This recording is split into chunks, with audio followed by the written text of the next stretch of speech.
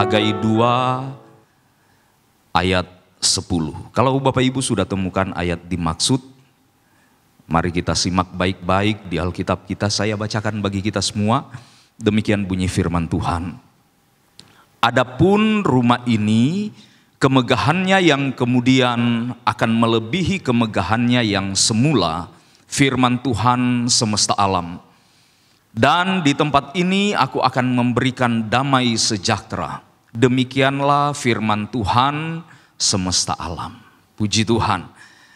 Di masa-masa perjalanan bangsa Israel sebagai satu bangsa, ada banyak orang-orang yang dipakai oleh Tuhan untuk memperlengkapi orang Israel. Orang-orang yang dipakai oleh Tuhan untuk membimbing orang Israel, baik mereka sebagai nabi, orang-orang yang disebut raja-raja, para imam, dan lain sebagainya. Di masa ketika orang Israel kembali dari pembuangan, setelah 70 tahun lamanya, mereka pulang dari Babel dalam beberapa gelombang, dan untuk memperingati atau memperlengkapi bangsa ini di tanah di mana mereka tadinya dibawa oleh Tuhan untuk dibuang ke Babel, maka Tuhan mengirimkan orang-orangnya. Di zaman itu ada Nabi Hagai yang Tuhan pakai, ada Nabi Zakaria yang hidup sezaman melayani sama-sama dengan Nabi Hagai. Kemudian ada orang yang dipakai oleh Tuhan untuk mengajar bangsa Israel tentang Taurat, yaitu imam yang namanya Ezra. Dan ada pemimpin bangsa, seorang bupati yang namanya Zerubabel. 4 orang ini dipakai oleh Tuhan ada di tengah-tengah bangsa Israel untuk membawa mereka melihat bagaimana Tuhan bekerja di dalam bangsa itu. 2 nabi yang bersama-sama, Hagai dan Zakaria, mereka dipakai oleh Tuhan untuk membangunkan kembali semangat orang Israel. Mendorong orang Israel supaya mereka tetap melakukan apa yang sudah mereka lakukan, yaitu membangun rumah Tuhan.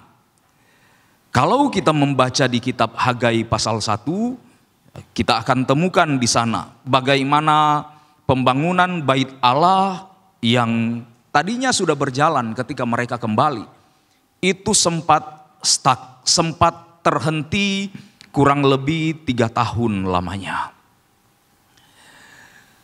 Situasi yang ada pada waktu itu, baik di tengah-tengah bangsa Israel sendiri, apalagi ada orang-orang bangsa-bangsa di sekeliling mereka yang coba untuk menghalangi jalannya pembangunan bait Allah itu. Ada satu situasi yang sulit, konflik yang terjadi sedemikian rupa, sampai akhirnya ada surat-surat yang dikirim kepada Raja Persia yang ada di Irak sekarang, di Persia. Ada aduan-aduan yang disampaikan ke sana. Ada cerita-cerita hoax sekarang yang tembus sampai ke pemimpin atau penguasa kerajaan Persia pada waktu itu. Berita-berita bohong tentang apa yang orang Israel lakukan sehubungan dengan pembangunan bait Allah yang mereka sedang kerjakan. Sampai akhirnya raja yang memerintah waktu itu, Raja Artasasta, mengirimkan surat keputusan. Menerbitkan satu dekrit yang berisi perintah untuk menghentikan pembangunan bait Allah. Kita bisa baca hal itu di kitab Ezra, pasalnya yang ke-4. Ezra pasal 4, ayatnya yang ke-23 dan 24. Ezra pasal 4 ayat 23 dan 24.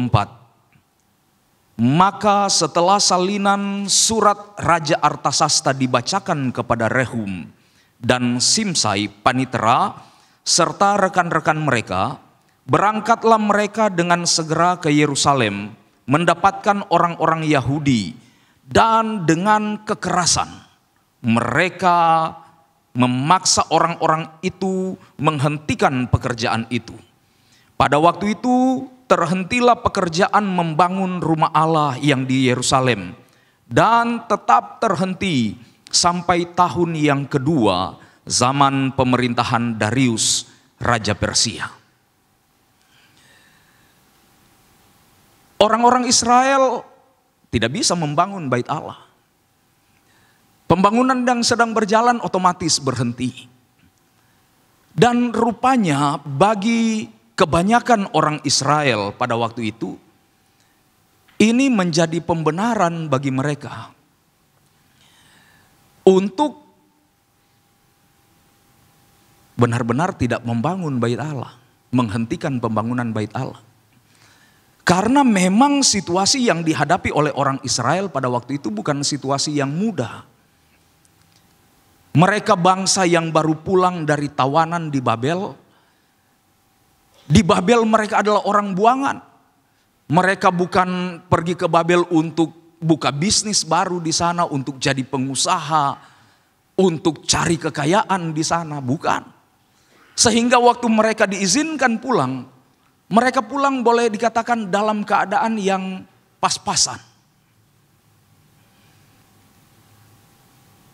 Orang yang pulang jumlahnya tidak terlalu banyak. Pulang dalam beberapa gelombang. Secara kemampuan keuangan mereka belum cukup stabil. Karena tanah di mana mereka datang lagi sudah mereka tinggalkan begitu lama. Kalaupun harus diolah, butuh beberapa waktu dulu untuk tanah itu menghasilkan. Dan hasilnya cukup baik.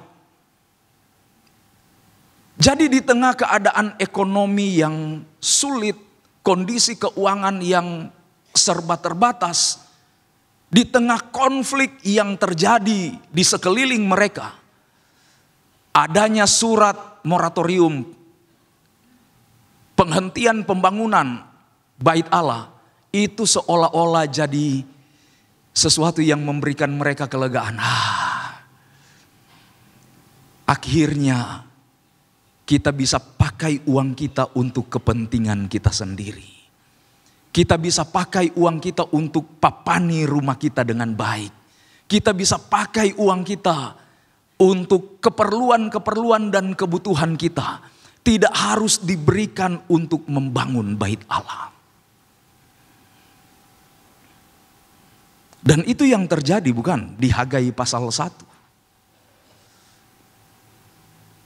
Tuhan yang melihat keadaan orang Israel ini yang seperti itu, sekali lagi kirimkan atau pakai Nabi Hagai dan Nabi Zakaria untuk ingatkan orang Israel bahwa sekalipun keadaan sulit, sekalipun situasi tidak menentu, tapi pembangunan bait Allah itu jangan diabaikan. Dan puji Tuhan, ada beberapa usaha yang dilakukan oleh orang-orang Israel, sehingga kalau kita membaca Esra pasalnya yang ke-6, ayatnya yang ke-7, atau kita baca mulai ayat 6, kita jumpai informasi yang baik di sana. Oleh sebab itu, hai Tatnai, Bupati daerah seberang sungai Efrat, dan Syedar Boznai, serta rekan-rekanmu, para punggawa daerah seberang sungai Efrat, hendaklah kamu menjauhkan diri dari sana. Biarkanlah pekerjaan membangun rumah Allah itu. Bupati dan para tua-tua orang Yahudi boleh membangun rumah Allah itu di tempatnya yang semula. Jadi akhirnya keluar dekret yang lain dari raja yang berbeda, pengganti Raja Artasasta. Raja yang di sini disebutkan namanya Darius, Raja Persia. Ini beda dengan yang di kitab Daniel. Di Daniel itu Darius orang Media. Ini Darius Raja Persia. Kita bisa jumpai kalau kita buka buku-buku sejarah, dia disebut dengan nama Darius Histaspes.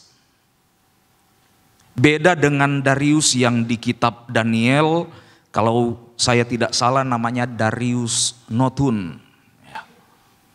Darius Histaspes orang Persia, Darius Notun itu orang Media. Darius yang orang Persia ini dia mengeluarkan surat. Dia memerintahkan orang-orang yang ada di sekeliling orang Israel. Yang ada di seberang sungai Efrat, sebelah barat sungai Efrat, dekat dengan Israel, yang sering mengganggu, sering meneror, sering membuat kekacauan, sehingga pembangunan bait Allah itu terhenti. Mereka diperintahkan menjauh, katanya, jauhkan dirimu dari sana. Tidak usah lagi ganggu orang Israel yang sedang membangun. Biarkan mereka membangun bait Allah mereka di tempatnya yang semula.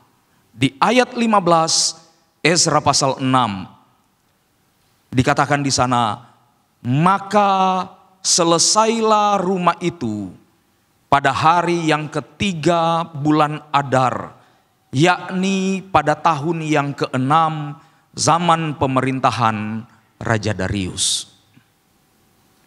Jadi ada kurang lebih 4 tahun masa pembangunan bait Allah. Sampai kemudian bait Allah itu benar-benar selesai. 3 tahun terbengkalai, tapi kemudian 4 tahun dibangun. Sampai akhirnya bait Allah itu selesai. Orang Israel jadi semangat lagi. Karena ada Nabi Hagai dan Nabi Zakaria yang terus mendorong mereka, mengingatkan mereka, ayo bangun bait Allah, ayo bangun bait Allah. Dan Tuhan bekerja dengan caranya yang luar biasa, menjamah hati raja-raja yang adalah orang-orang kafir. Penguasa-penguasa yang tidak mengenal Allah yang benar. Mereka boleh memberikan surat perintah supaya pembangunan itu dilanjutkan kembali. Ketika Nabi Hagai dan Nabi Zakaria dipakai oleh Tuhan untuk membangkitkan semangat orang Israel, ada janji-janji yang Tuhan berikan melalui nabi-nabi ini. Janji-janji yang luar biasa yang saya percaya itu menjadi pendorong semangat bagi orang Israel sehingga mereka bergerak. Di Hagai pasal 2 yang kita baca tadi, Tuhan berjanji, adapun rumah ini,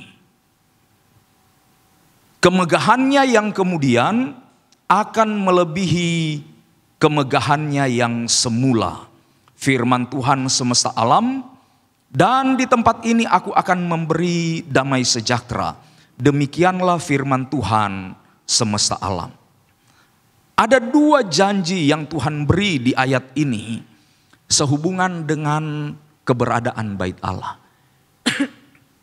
Yang pertama Tuhan bilang, adapun rumah ini kemegahannya yang kemudian akan melebihi kemegahannya yang semula.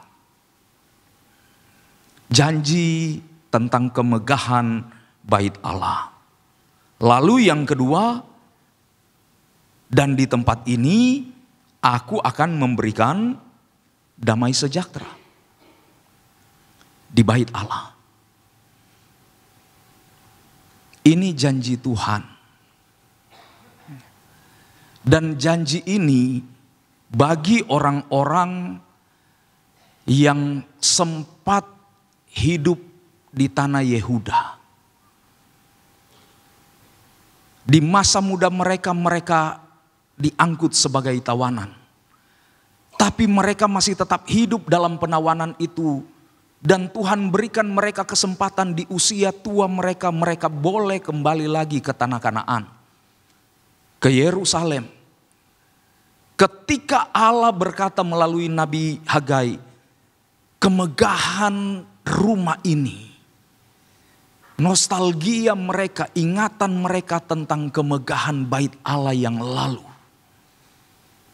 sekalipun sudah berkurang jauh dibanding di saat waktu itu dibangun.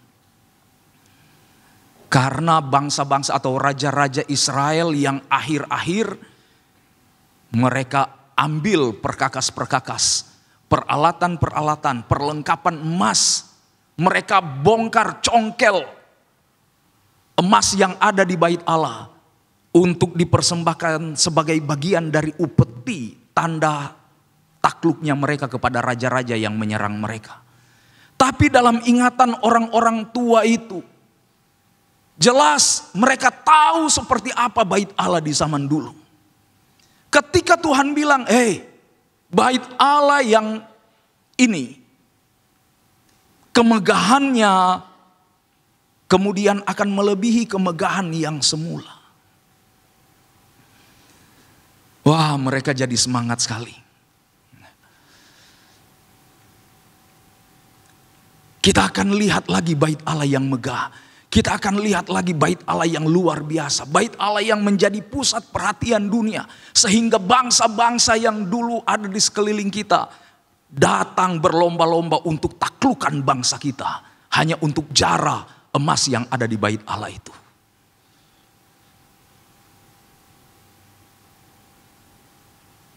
Tetapi faktanya, apakah seperti itu keadaannya? Ketika bait Allah yang kita sering kenal dengan istilah bait Allah Zerubabel. Bait Allah yang pertama disebut bait Allah Salomo.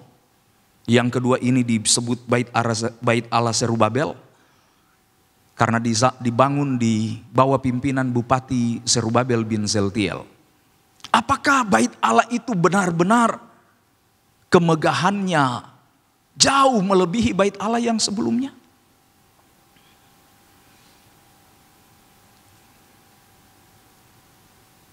Kita dapati ternyata tidak. Karena bait Allah yang sebelumnya, bait Allah Salomo, saya katakan tadi, itu dibangun dengan material yang terbaik. Semua barang-barang, peralatan, perlengkapan yang dipakai di dalam bait Allah dibuat dari emas, kecuali mezbah yang ada di halaman. Mezbah korban bakaran, memang Tuhan bilang itu harus dari tembaga. Kolam pembasuhan, itu memang harus dari tembaga. Tetapi bagian yang lain yang ada di ruang kudus dan ruang maha kudus, semua dibuat dari emas tempaan. Ruangan-ruangan yang terdiri dari kayu dan lain sebagainya, disalut dengan emas semuanya. Sementara bait Allah yang dibangun di zaman Zerubabel itu dibangun dengan, saya bilang tadi, keterbatasan keuangan. Bicara tentang kemegahan secara fisik, itu beda jauh sekali, ada kesenjangan yang terlalu jauh. Apalagi kalau kita bicara tentang kemegahan yang lain, misalnya bicara tentang acara pentabisan atau ibadah pentabisan dari bait Allah. Kedua bait Allah ini. Di Ezra pasal 6, kita kembali ke Ezra tadi. Bapak Ibu mungkin taruh pembatas di kitab Ezra pasal 5, pasal 6 itu. Ayatnya yang ke-16 dan ayat 17. Maka orang Israel, para imam, orang-orang Lewi dan orang-orang lain yang pulang dari pembuangan merayakan pentabisan rumah Allah itu dengan sukaria. Untuk pentabisan rumah Allah ini mereka mempersembahkan lembu jantan 100 ekor. Banyak kan? Lembu jantan 100 ekor. Domba jantan 200 ekor. Dan anak domba 400 ekor. Juga kambing jantan sebagai korban penghapus dosa bagi seluruh orang Israel. 2 12 ekor menurut bilangan suku Israel.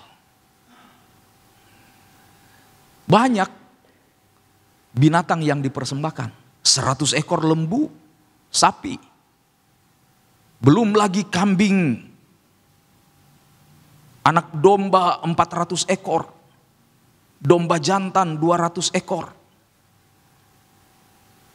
Banyak yang dipersembahkan. Kelihatannya itu sudah megah, luar biasa. Tapi coba kita bandingkan dengan kitab 2 Tawarik pasal 7 ayat 1 dan ayat-ayat berikutnya. Setelah Salomo mengakhiri doanya, api pun turun dari langit memakan habis korban bakaran dan korban-korban sembelihan itu, dan kemuliaan Tuhan memenuhi rumah itu. Para imam tidak dapat memasuki rumah itu karena kemuliaan Tuhan memenuhi rumah Tuhan.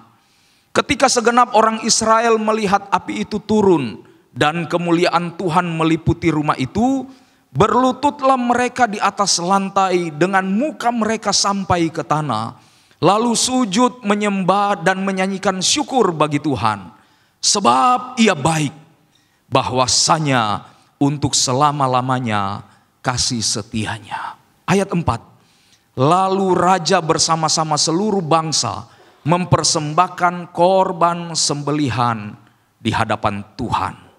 Sebagai korban sembelihan, Raja Salomo mempersembahkan 22.000 ekor lembu sapi dan 120.000 ekor kambing domba. Demikianlah raja dan seluruh bangsa mentabiskan rumah Allah.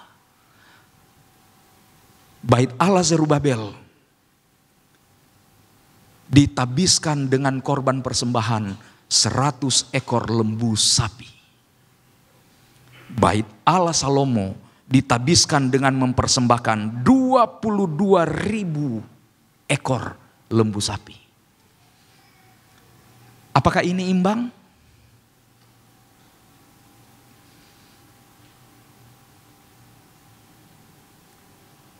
Yang satu mempersembahkan ratusan ekor kambing domba, sedangkan yang satu 120.000 ekor kambing domba.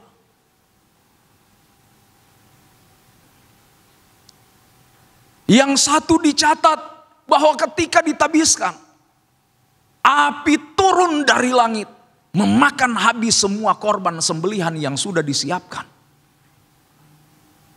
Ketika ditabiskan,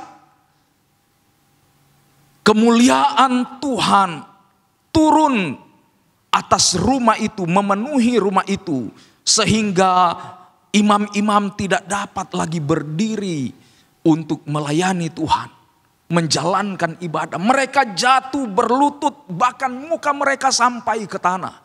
Mereka tersungkur, mereka memuji Tuhan. Mereka tidak bisa tahan dengan kemuliaan Tuhan yang Tuhan turunkan pada waktu itu. Sementara ketika tabiskan bait Allah Zerubabel,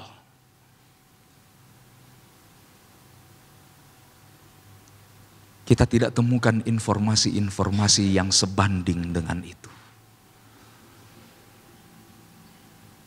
Lalu bagaimana dengan janji Tuhan bahwa di rumah ini atau rumah ini kemegahannya yang kemudian akan lebih megah, jauh lebih besar kemegahannya dari yang pertama, yang dahulu.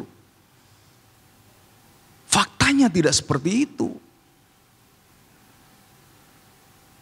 Ketika Tuhan janji bahwa di rumah Allah, di bait Allah yang ditabiskan pada waktu itu, Tuhan akan memberikan damai sejahtera ada di sana.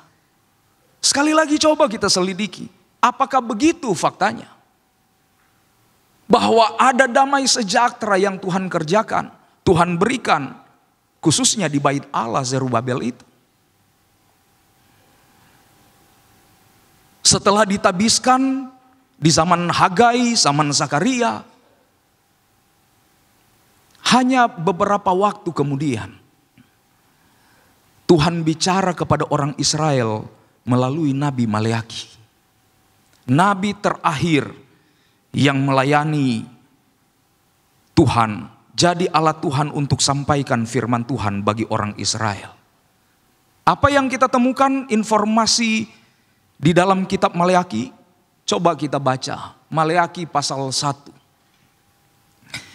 Terima kasih kepada Lembaga Alkitab Indonesia yang memberikan perikop atau judul di atas beberapa ayat, sehingga dengan baca perikop itu saja kita bisa memahami apa maksud atau apa informasi yang didapatkan atau terdapat di dalam ayat-ayat yang dibawanya.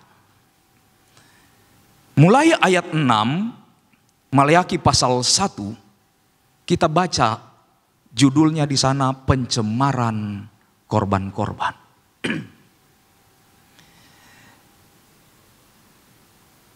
Coba baca ayat 7 saja. Atau mulai ayat 7.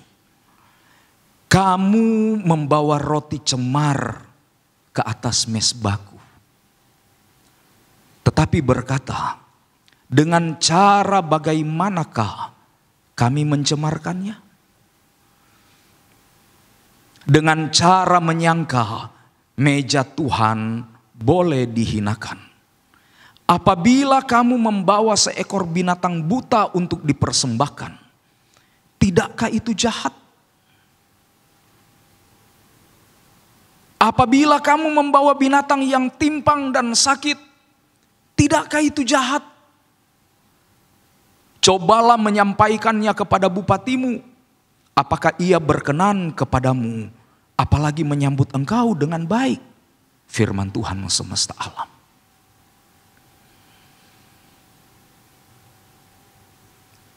Apa yang terjadi di bait Allah? Korban persembahan yang dipersembahkan yang tidak layak untuk dipersembahkan. Binatang yang buta, binatang yang timpang, binatang yang sakit, itu yang dipersembahkan kepada Tuhan. Siapa yang membawa korban-korban itu? Orang Israel. Siapa yang mempersembahkan? Tentunya para imam. Padahal ada ketentuan di hukum Taurat. Binatang yang mau dipersembahkan kepada Tuhan, itu haruslah binatang yang tidak bercacat. Para imam harus menyelidiki binatang yang akan dipersembahkan. Apakah ada cacat atau tidak. Ini sudah jelas-jelas Bapak Ibu Saudara. Cacatnya bukan ada luka kecil di badan domba itu yang tertutup dengan bulunya yang lebat. Ini sudah nyata-nyata dibilang binatang sakit, binatang timpang, hewan yang cacat. Ketidaklayakan dari binatang korban yang kasat mata, yang terlihat baik, tapi ternyata juga dipersembahkan.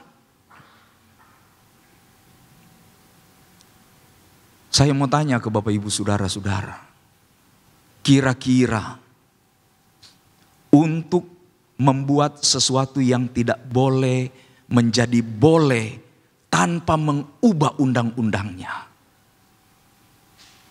apa yang bikin itu bisa jadi? Apa?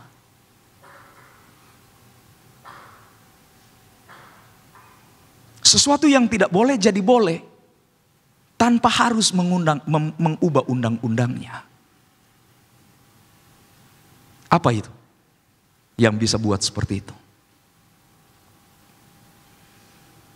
Foto 2 orang warna merah kalau di Indonesia. Betul tidak? Betul tidak? Bapak Ibu Saudara sering lakukan itu. Supaya nggak boleh jadi boleh, udahlah.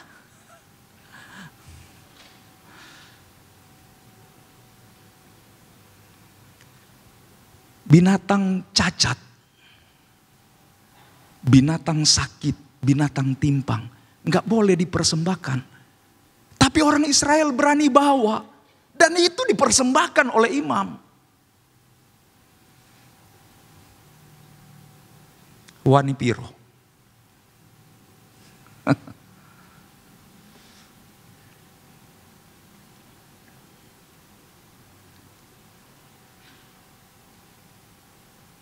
Alkitab bilang di mana ada kebenaran, kitab Yesaya, di situ tumbuh damai sejahtera. Kalau kebenaran diselewengkan seperti ini, dilakukan, nah ini bilang TSM, terstruktur, sistematis, dan masif. Apakah ada damai sejahtera di bait Allah yang begitu? Apakah di bait Allah yang kebenaran dibengkokkan sedemikian rupa? Di bait Allah yang kebenaran itu diselewengkan sedemikian rupa. Apakah ada damai sejahtera di sana?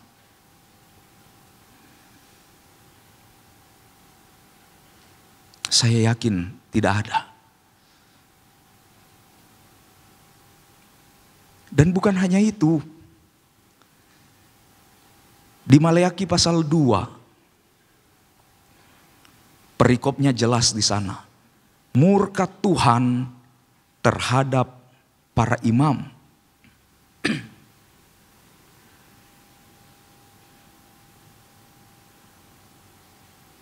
Kita baca ayat 6. Pengajaran yang benar ada dalam mulutnya, dan kecurangan tidak terdapat pada bibirnya. Dalam damai sejahtera dan kejujuran ia mengikuti aku, dan banyak orang dibuatnya berbalik daripada kesalahan. Sebab bibir seorang imam memelihara pengetahuan, dan orang mencari pengajaran dari mulutnya. Sebab dialah utusan Tuhan semesta alam. Ayat 8. Tetapi kamu ini menyimpang dari jalan. Kamu membuat banyak orang tergelincir dengan pengajaranmu. Kamu merusakkan perjanjian dengan Lewi, firman Tuhan semesta alam.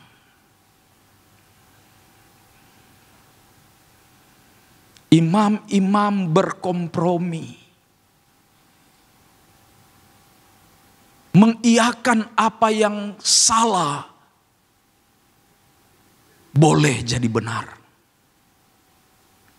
Membengkokkan pengajaran yang harusnya dari mulut imam katanya. Keluar pengajaran yang benar, yang membawa orang berbalik dari kesalahannya. Tapi imam dan orang Lewi yang melayani di bait Allah yang dibangun oleh Zerubabel. Alkitab bilang mereka membuat orang tergelincir. Mereka dengan ajaran mereka merusak perjanjian Tuhan dengan orang Lewi. Apakah ada damai sejahtera di sana?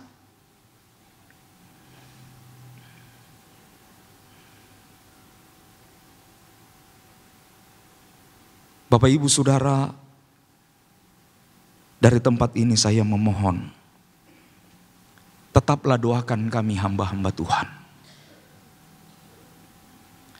Supaya kami dapat tetap berdiri memegang kebenaran yang sesungguhnya.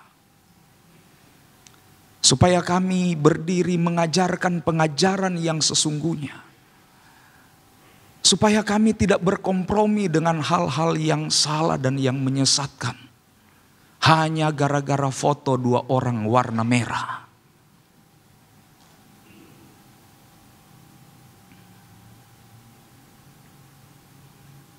Di Ketapang tadi saya saksikan sedikit.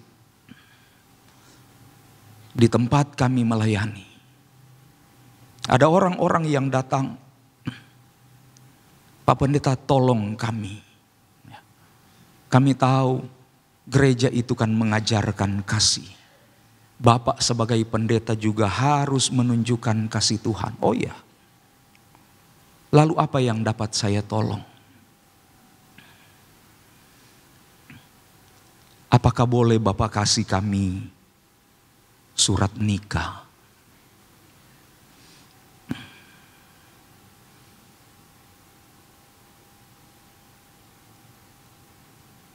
Karena anak kami udah mau masuk sekolah, tidak ada akte nikah.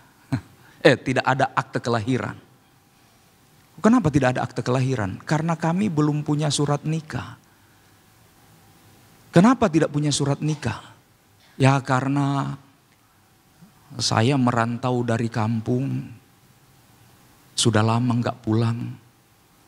Istri di kampung, kebetulan di sini ketemu dengan ini yang ya rasanya cocok.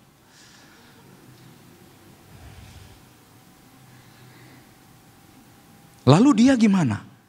Ya dia juga rantau dari kampung, katanya juga ada suaminya di kampung. Tapi kan kami sudah sama-sama, sudah ada anak seperti ini. Tolonglah Pak Pendeta kasih kami surat nikah. Kami ngertilah. Ini dia.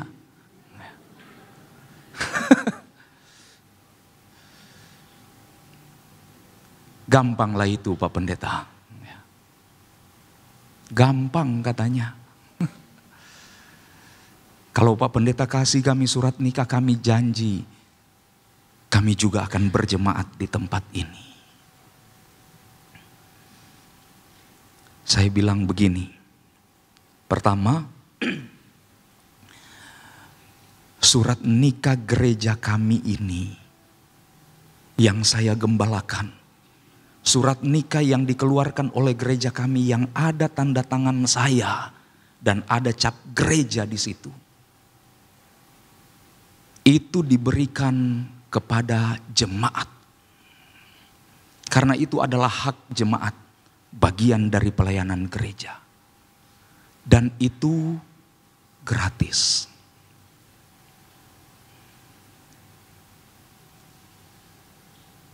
Saking gratis, itu tidak dapat dibeli. Itu gratis bukan karena diberikan enggak berharga. Itu gratis karena kalau engkau bukan anggota jemaat dan engkau tidak memenuhi kriteria sebagaimana yang kami tetapkan, engkau mau bayar berapapun, surat pernikahan gereja kami yang ada tanda tangan saya dan cap gereja kami, not for sale. Berapapun harganya.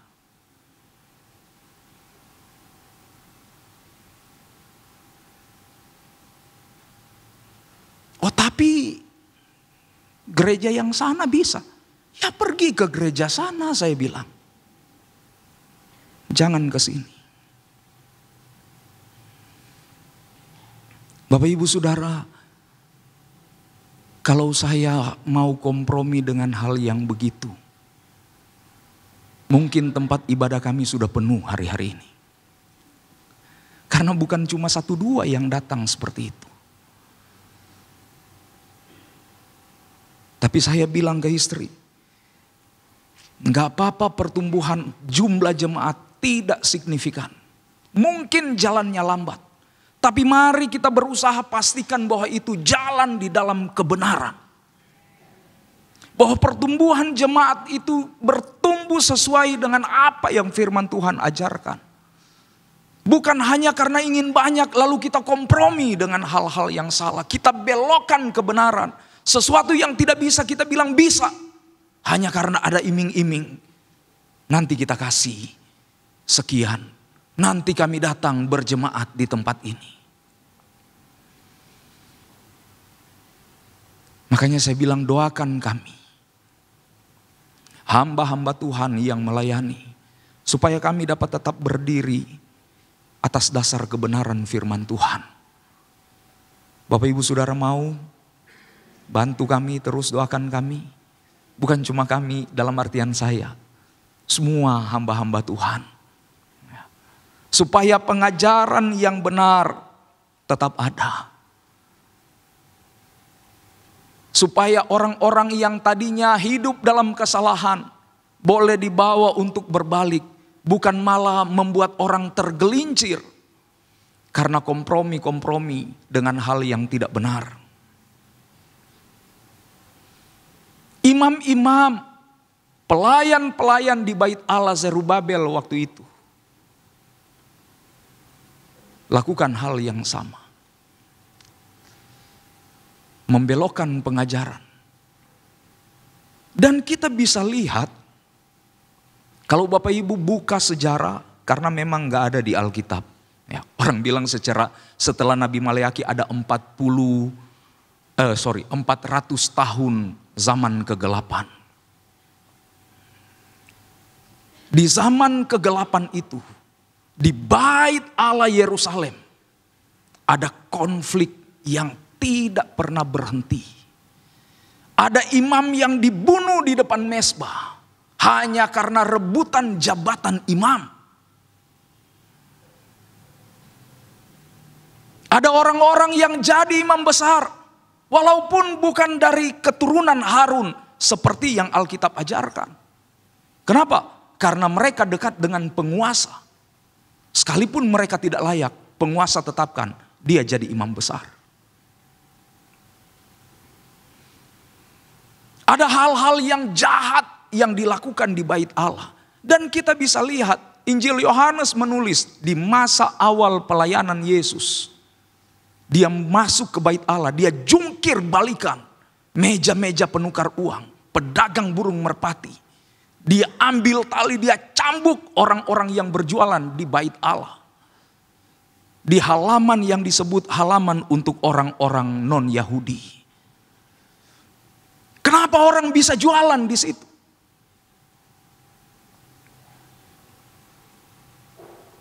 Tentunya karena yang mengatur di bait Allah memberi izin. Siapa yang punya otoritas atas bait Allah? Imam besar dan para imam. Kok bisa mereka memberi izin orang untuk jualan di bait Allah? Lagi-lagi, wani piro.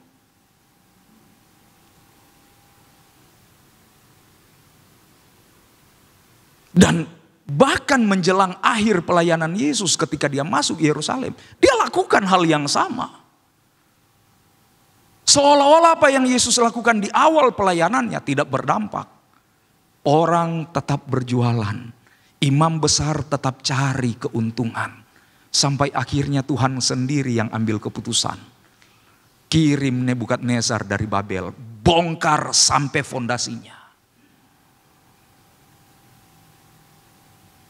Karena tidak ada lagi damai sejahtera di dalam bait Allah itu. Rencana untuk membunuh dan menyalibkan Yesus dirancang di mana? Di bait Allah.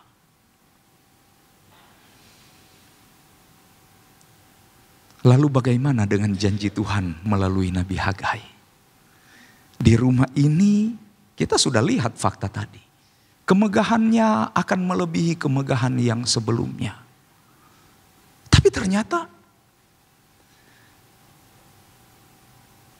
damai sejahtera aku akan berikan di tempat ini. Tapi juga ternyata tidak ada damai sejahtera di sana. Lalu pertanyaannya, kalau begitu apakah Tuhan berdusta? Apakah Tuhan cuma kasih seperti orang dewasa kasih anak-anak permen supaya mereka semangat lakukan sesuatu? Kasih janji bahwa akan lebih megah dari sebelumnya, akan ada damai sejahtera, supaya orang Israel kerja giat. Lalu kemudian yang penting udah jadi.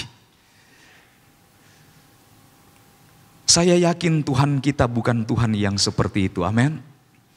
Kalau dia janji, dia pasti lakukan. Itu sebabnya coba kita kembali ke kitab Hagai tadi. Kita coba cari, lalu bagaimana penggenapan dari apa yang Tuhan janjikan itu. Hagai pasal 2.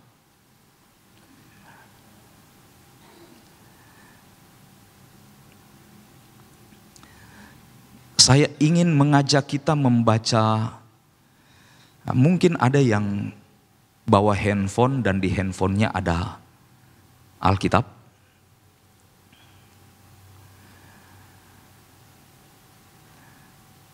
Hagai pasal 2 ayat 8 dalam terjemahan atau versi firman Allah yang hidup.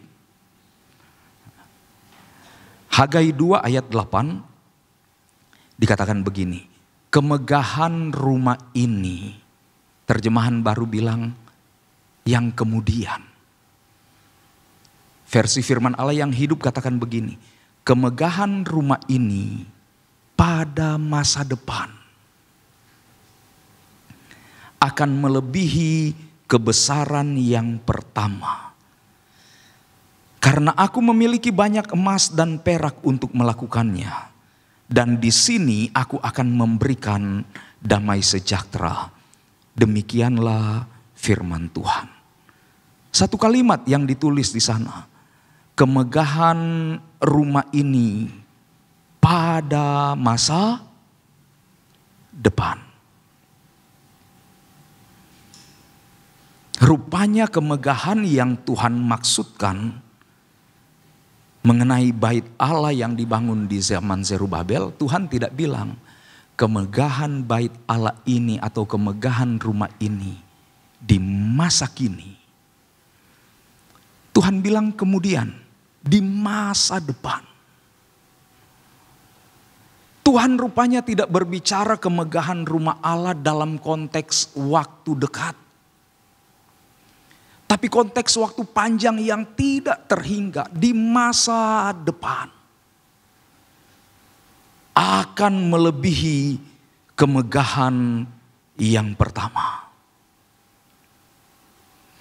Lalu ternyata kemegahan bait Allah ini bukan berhubungan dengan material pembangunnya. Bukan berhubungan dengan struktur fisiknya. Bukan berhubungan dengan terbuat dari apa perabot-perabot yang ada di dalamnya.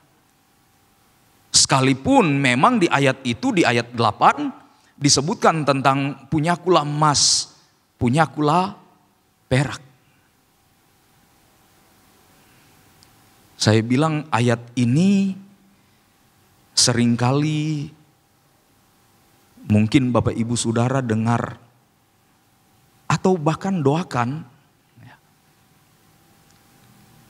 atau hamba-hamba Tuhan pakai ayat ini dalam doa, apalagi ketika sedang membangun gereja, sedang menghadapi pembangunan. Tuhan, kami lagi bangun, dananya kurang, tapi Engkau berkata punyamulah emas. Punyamulah perak. Ayat 8 di Hagai pasal 2. Aku akan menggoncangkan segala bangsa sehingga barang yang indah-indah kepunyaan segala bangsa datang mengalir. Maka aku akan memenuhi rumah ini dengan kemegahan. Firman Tuhan semesta alam. Tuhan goncangkan bangsa-bangsa supaya kekayaan mereka emas peraknya mengalir ke bendahara pembangunan gereja. Supaya gereja ini dapat dibangun dengan baik, dengan bagus. Kalimat itu sering diucapkan dalam doa-doa oleh orang-orang hamba-hamba Tuhan, jemaat yang sedang membangun. Dan jadikan ayat ini karena kalimatnya persis. Tapi apakah begitu maksud dari ayat ini?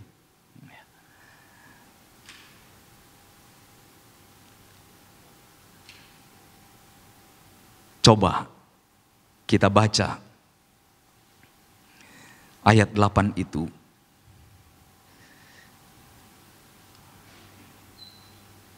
Aku akan menggoncangkan segala bangsa sehingga barang yang indah-indah kepunyaan segala bangsa datang mengalir. Maka aku akan memenuhi rumah ini dengan kemegahan firman Tuhan semesta alam.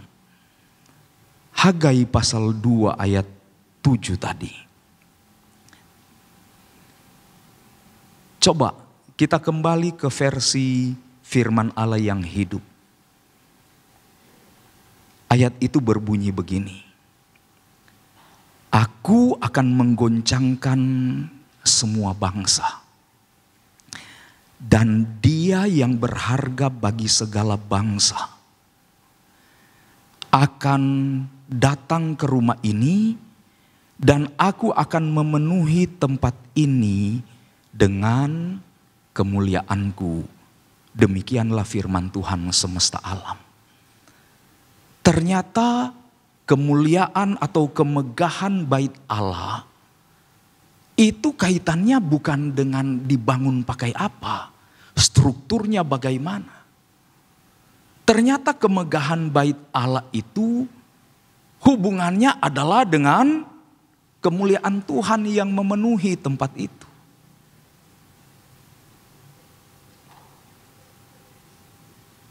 Aku akan memenuhi tempat ini dengan kemuliaanku.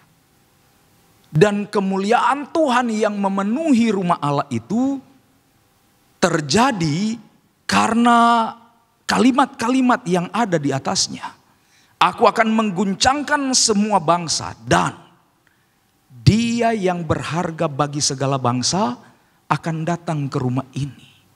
Kalau Dia yang berharga bagi segala bangsa itu datang ke rumah ini, aku akan memenuhi rumah ini dengan kemuliaanku. Sehingga kemegahannya akan jauh lebih besar dari kemegahan yang sebelumnya.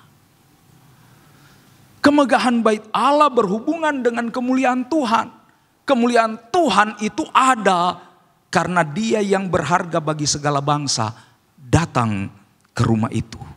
Pertanyaannya, siapakah Dia yang berharga bagi segala bangsa itu? Siapa? Yesus. Bapak Ibu Saudara, tidak peduli semegah apa bangunan gereja, kalau Yesus tidak jadi yang terutama diberitakan dan disembah, dimuliakan di gereja itu, tidak ada kemuliaan di dalam gereja itu. Amin. Kalau yang diutamakan bukan nama Dia yang berharga bagi segala bangsa, maka tidak ada kemegahan, tidak ada kemuliaan di sana. Tuhan melalui Nabi Hagai sedang berbicara tentang rumah Tuhan yang ada jauh di masa depan, di mana Yesus ada di dalamnya. Tuhan sedang berbicara tentang bait Allah secara rohani. Kita yang hidup jauh dari zaman Nabi Hagai. Dia tidak berbicara tentang bait Allah Zerubabel. Dia berbicara tentang gereja di masa depan. Gereja yang ada jauh dari zaman Zerubabel. Gereja di mana Kristus ada di dalamnya. Sehingga gereja itu akan dipenuhi dengan kemuliaan Tuhan. Gereja yang Tuhan sendiri katakan didirikan dan dibangun oleh Yesus sendiri. Matius pasal 16, Yesus tanya kepada murid-muridnya, menurut kata orang siapakah aku? Oh, ada yang bilang engkau Elia, ada yang bilang engkau salah satu dari nabi. Ini itu semua. Oke. Sekarang menurutmu, tadi menurut orang, menurut kamu aku ini siapa? Petrus bilang, engkau Mesias, anak Allah yang hidup. Yesus bilang, di atas batu karang ini. Bukan di atas Petrus, walaupun Petrus artinya juga batu karang. Di atas batu karang ini, pengakuan bahwa Yesus adalah Mesias, anak Allah yang hidup. Itu batu karang yang paling teguh. Di atas pengakuan bahwa Yesus adalah anak Allah, Mesias, anak Allah yang hidup. Gereja dibangun sendiri oleh Yesus. Alam maut dan gerbang alam maut tidak akan mampu untuk menguasai gereja Tuhan. Gereja yang Rasul Paulus tuliskan di Efesus pasal 1 ayat 22 dan Efesus pasal 4 ayat 15. Gereja yang dikepalai oleh Yesus sendiri. Gereja yang di dalam 1 Petrus pasal 2 ayat 9 dikatakan adalah umat kepunyaan Yesus sendiri. Gereja yang dalam 1 Timotius 3 ayat 16 dikatakan dipenuhi dengan kemuliaan Allah sebagai dampak dari kehadirannya. Agunglah rahasia ibadah kita. Apa yang membuat ibadah kita menjadi satu rahasia yang agung? Dia, katanya. Dia yang telah menyatakan dirinya dalam rupa manusia, dibenarkan dalam roh, dan seterusnya. Kehadiran Yesus di tengah-tengah persekutuan orang-orang percaya membuat persekutuan itu dipenuhi dengan kemuliaan Tuhan. Kehadiran Dia yang berharga bagi segala bangsa membuat satu persekutuan, walaupun cuma terdiri dari 2 dan 3 orang, tetapi yang sepakat hatinya, Dia ada di tengah-tengah mereka dan mereka mengalami kemuliaan Tuhan itu. Tuhan sedang berbicara tentang kita di zaman Nabi Hagai. Dia bukan berbicara tentang keadaan waktu itu. Dia bicara tentang pribadi-pribadi orang percaya. Yang 1 Korintus 3 ayat 16 katakan adalah bait suci. Kenapa dikatakan bait suci? Karena Roh Allah diam di dalam kita.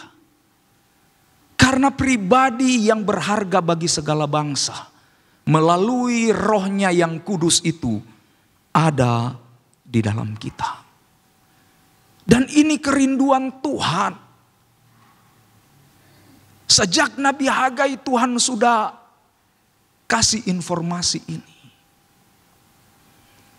Bahwa Dia ingin nyatakan kemuliaannya yang luar biasa di dalam gerejanya.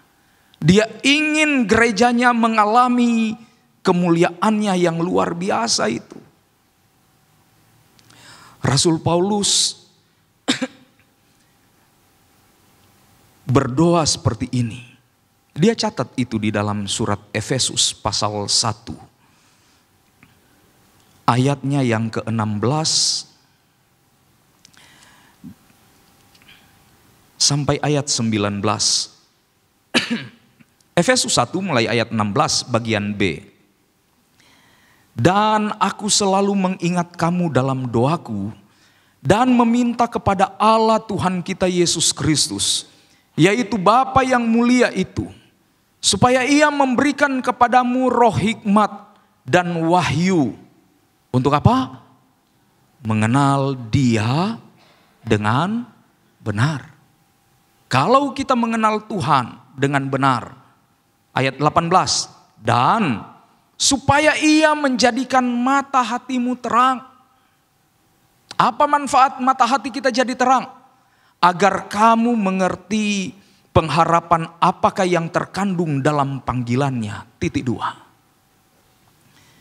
1.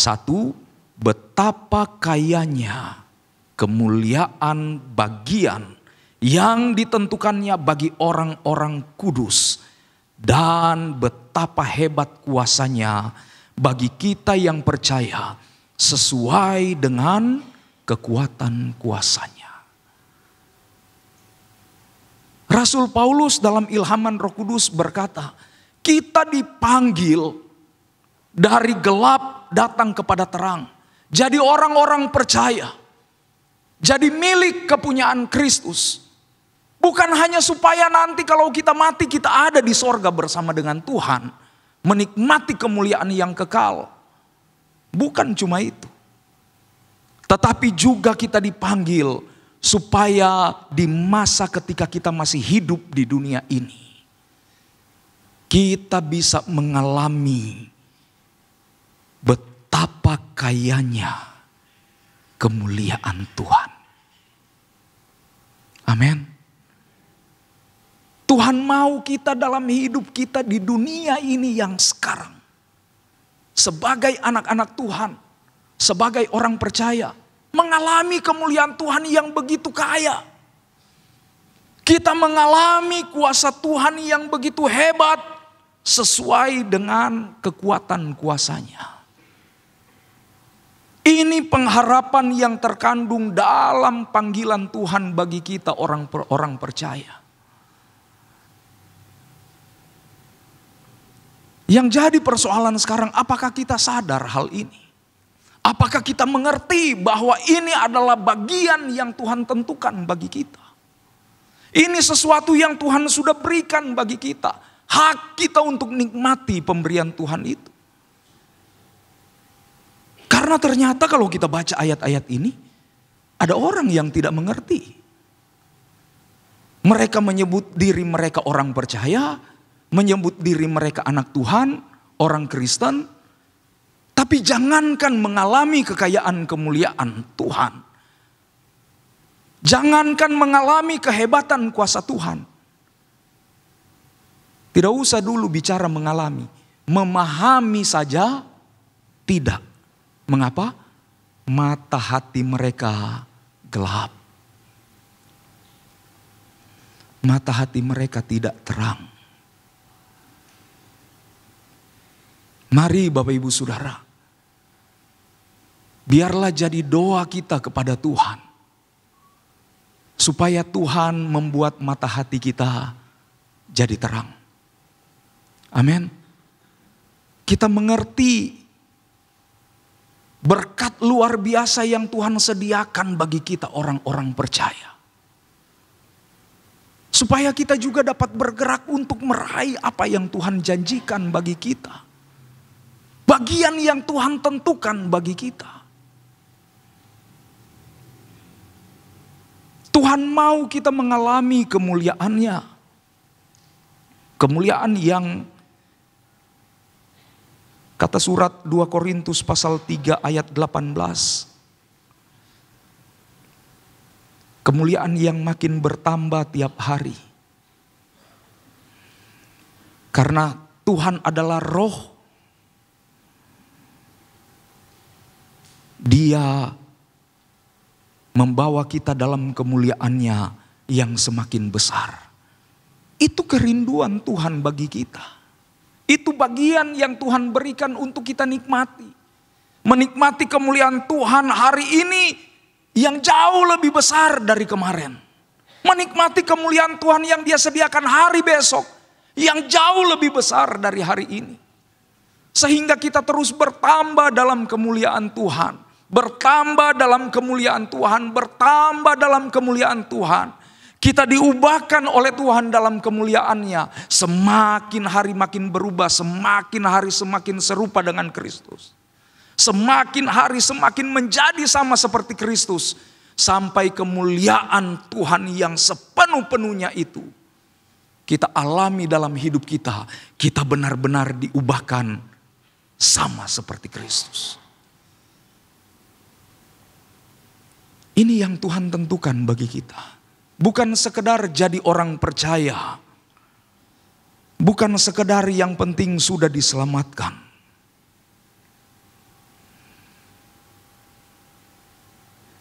Dan untuk mengalami janji Tuhan ini, Kolose 1 ayat 27.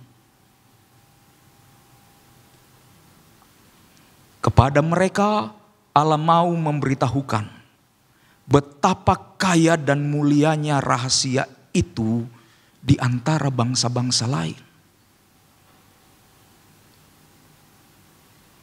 Apa rahasia itu? Kristus ada di tengah-tengah kamu. Kristus yang adalah pengharapan untuk kita alami kemuliaan yang sepenuh-penuhnya yang Tuhan janjikan bagi kita. Haleluya. Bapak Ibu Saudara, mungkin situasi yang kita hadapi hari-hari ini sulit. Keadaan ekonomi dunia tidak semakin baik. Situasi di sekeliling kita mungkin juga bukan situasi yang sangat kondusif. Tapi jangan itu membuat kita jadi seperti orang Israel. Jadi pembenaran untuk kita tidak membangun kehidupan rohani kita. Jadi pembenaran bagi kita untuk tidak mendorong diri kita bertambah di dalam Tuhan. Makin maju di dalam iman. Jangan jadikan situasi dan keadaan di sekeliling kita itu menjadi alasan dan pembenaran untuk keengganan kita menikmati kemuliaan Tuhan di dalam hidup kita. Mari biar sama-sama kita berdoa memohon belas kasihan Tuhan. Kiranya Dia curahkan anugerahnya bagi kita. Kiranya Dia berikan rohnya bagi kita, gereja Tuhan. Supaya kita dapat alami apa yang jadi janji Tuhan bagi kita. Supaya kita benar-benar nikmati, bukan hanya nanti di sorga. Tapi dalam pengiringan kita selama di dunia ini, kita mengalami setiap janji Tuhan yang Tuhan beri bagi kita. Biar hidup kita dipenuhi dengan kemuliaan Tuhan. Kemuliaan itu dilihat oleh orang-orang yang di luar sana. Dan kemuliaan itu menarik mereka untuk juga datang kepada Tuhan. Dan tentunya Tuhan juga yang akan semakin dipermuliakan. Haleluya. Tuhan kiranya tolong kita Bapak Ibu Saudara. Di masa-masa yang sukar, teruslah maju. Teruslah bertumbuh di dalam Tuhan. Teruslah bertambah di dalam Tuhan. Kemuliaan Tuhan, damai sejahtera Tuhan, Dia akan terus limpahkan. Jadi bagian yang tidak dapat diambil oleh siapapun dari hidup kita. Haleluya.